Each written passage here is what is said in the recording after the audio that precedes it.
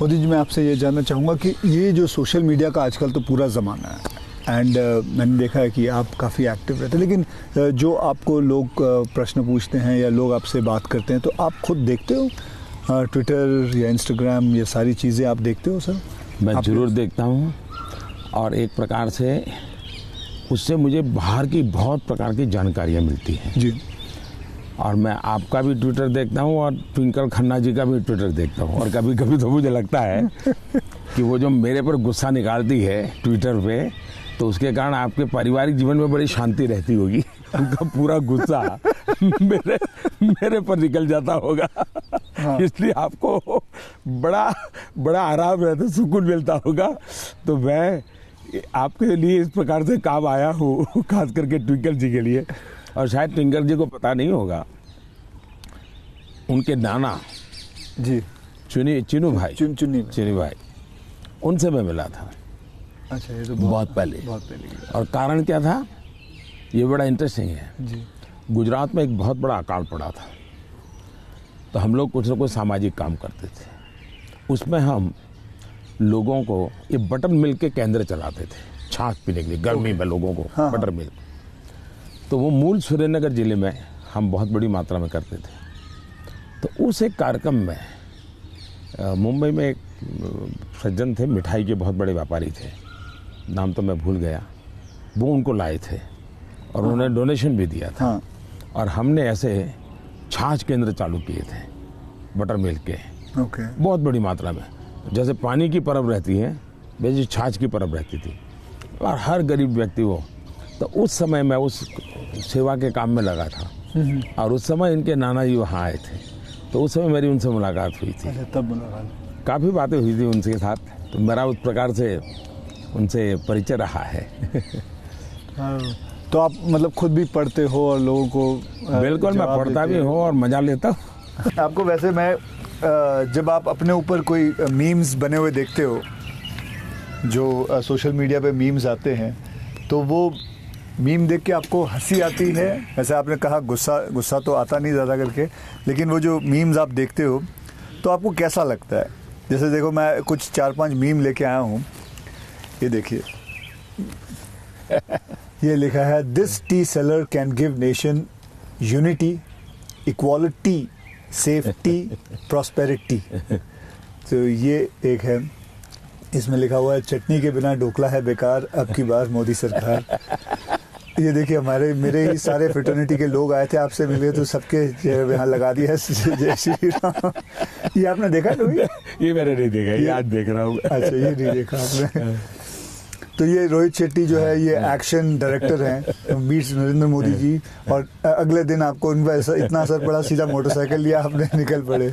तो ये मीम देख के आपको कैसा लगता है? मैं एंजॉय करता हूँ। मैं उसमें मोदी को कम देखता हूँ, क्रिएटिविटी को ज़्यादा देखता हूँ। तो मुझे उस क्रिएटिविटी के प्रति, यानी मेरा घोर भी विरोध होगा, मुझे बड़ा मजा आता। क्या बड़े सटीक तरीके से कहा उसने, मतलब बहुत अच्छी क्रिएटिविटी उनकी है। मतलब क्या सोचते हैं ये लोग, और यूं झटके में सोच रहे हैं। हाँ, फ्रिक्शन ऑफ सेकंड जी। मैं आपको बताऊं, आप और मैं भी बात कर रहे हैं जब सोशल मीडिया का ये सबसे बड़ा बेनिफिट मुझे ये है कि मुझे कॉमन मैन की जो सेंस है, हाँ, उसकी जो क्रिएटिविटी है, उसका एनालिसिस है, ये समझने में बड़ा। वरना क्या होता है, ये बनी बनाई लोगों की जो परोसी हुई चीज होती थी जी, 5 स्टार फूड जैसा होता था वो। ये एक प्रकार से फुटपाथ पर का जो चने चबेने और पकौड़ा होता है, हाँ, हाँ, वैसा सोशल मीडिया का मटेरियल होता है। फिनिश नहीं होता, लेकिन उसमें से आपको सच्चाई हाथ लग जाती है। मैं तो ये वेट कर रहा हूँ, जब ये आएगा तो इसके ऊपर भी बड़े मीम्स बनेंगे। हाँ, इसके ऊपर भी बड़े मीम्स बनेंगे। तो आप तो खैर तैयार है, मेरे लिए पहली बार होगा ये। मतलब कुछ लोग होते हैं इंटेंशन से आपको चुभे इसलिए करते हैं जी, जानबूझ करके। उस समय आपने अपने आप को संतुलित रखने से उसके सारे इरादे फेल हो जाते हैं और वो उसकी नींद हराम कर देते हैं। अगर आप उसको रिएक्ट करते हैं, रिस्पॉन्ड करते हैं, तो उसको मजा आ जाता है। लेकिन देखा छोड़ दिया तो उसकी नींद खराब है। मैंने इतनी मेहनत की, इतना मोदी जी के बाल नोचने वाली चीज की, मोदी को कोई हो ही नहीं रहा है, तो वो परेशान हो जाता। हाँ, फिर वो अपना बंद भी कर देता थोड़ी देर बाद।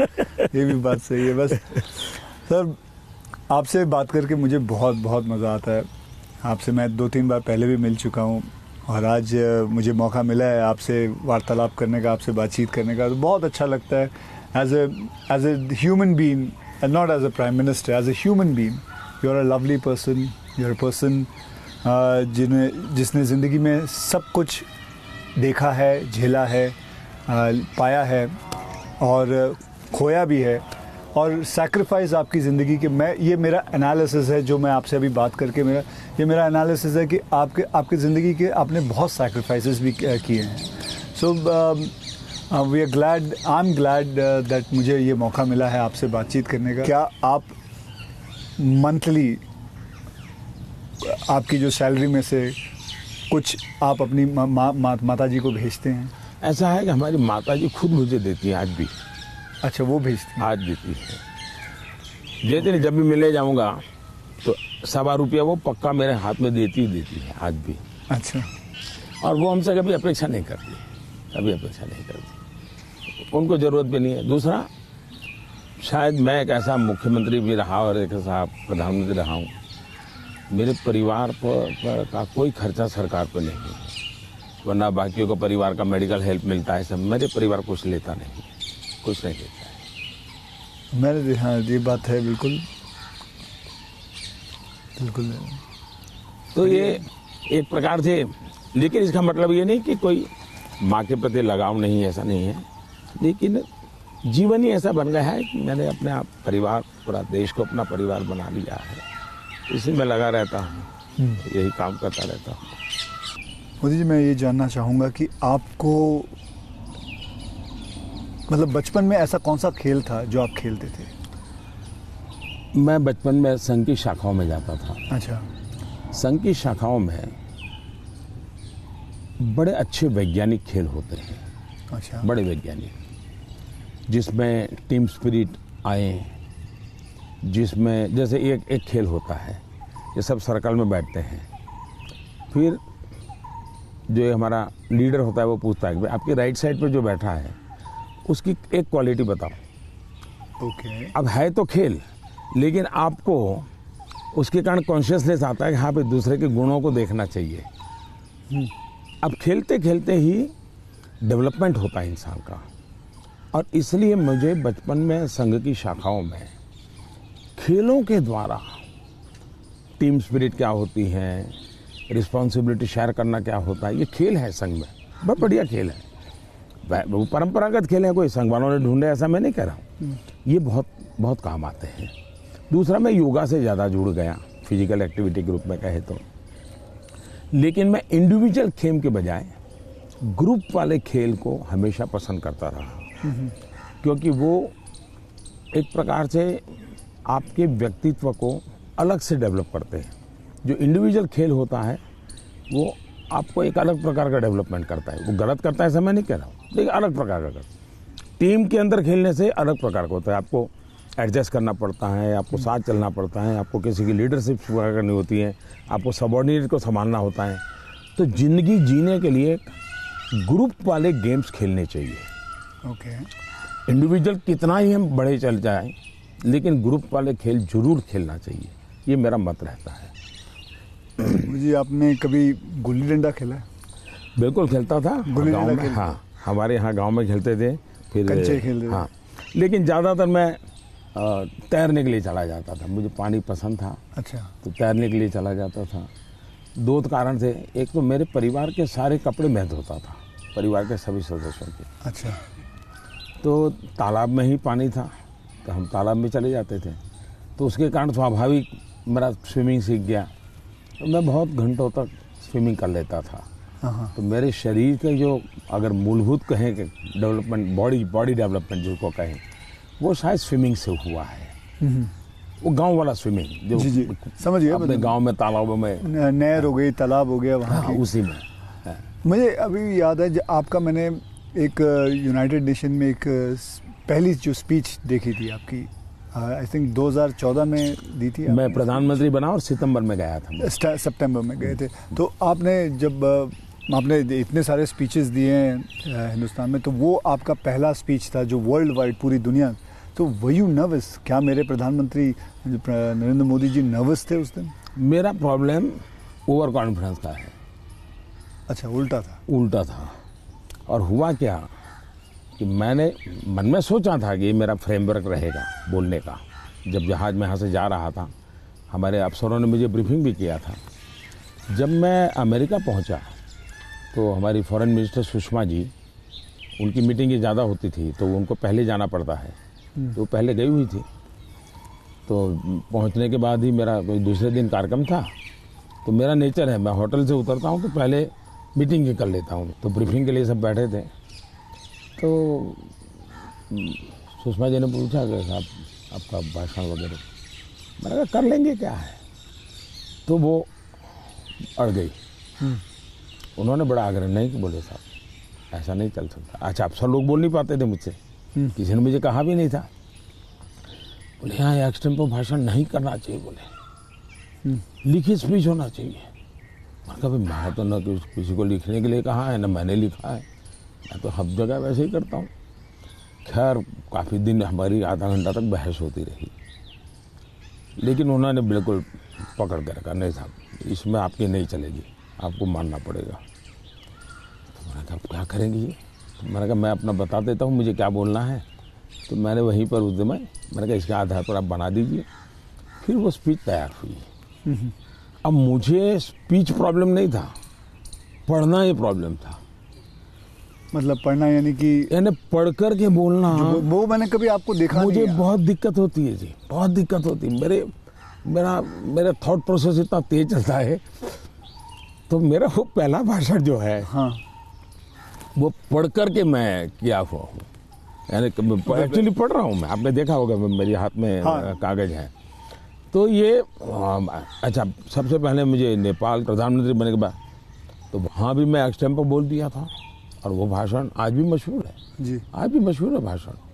नेपाल में पहला भाषण था। तो एक्सटेम्पो वाला भाषण आपका हमेशा, मैंने कभी वैसे देखा नहीं आपको। तो मेरे लिए फिर वो ये इस प्रकार की जो मीटिंगें होती हैं उसमें ये बहुत आवश्यक हो गया। बाद में मुझे भी ध्यान में आया कि भाई ये देश का मसला होता है, कोई इधर उधर शब्द न चला जाए। तो फिर खैर मुझे उस डिसिप्लिन को फॉलो करना चाहिए। लेकिन मेरे पहले भाषण का मेरा अनुभव ये है। अच्छा, फिल्में देखते हैं? अभी नहीं देख पाता हूँ। लास्ट फिल्म कौन सी थी? लेकिन मेरे गांव में एक थिएटर था जी, और मेरा एक दोस्त था दशरथ करके, उसके पिताजी थिएटर के बाद सिंह चना बेचते थे। अच्छा। और हम गांव वाले उनको लक्ष्मण भाई थिएटर वाला बोलते थे। वो बेचते थे तो चना से, तो उनसे हमारा परिचय था। तो हम वहाँ जाके बैठते थे, और अगर थिएटर में दर्शक कम है और जगह बची है तो फिर वो थिएटर के बाहर ही बैठते थे। तो मालिक को कह देते कि जरा इन बच्चों को बिठा दो ना। तो फिर वो मुफ्त में हमको थिएटर में जाने का मौका मिल जाता था। वो लक्ष्मण भाई जो सिंह चना बेचते थे उनके कारण। तो मैं और हमारा वो दोस्त है दशरथ, तो हम दोनों जाके बैठ के मूवी देखते थे। तो बचपन में मूवी देखने का यही एक हमारा तरीका था।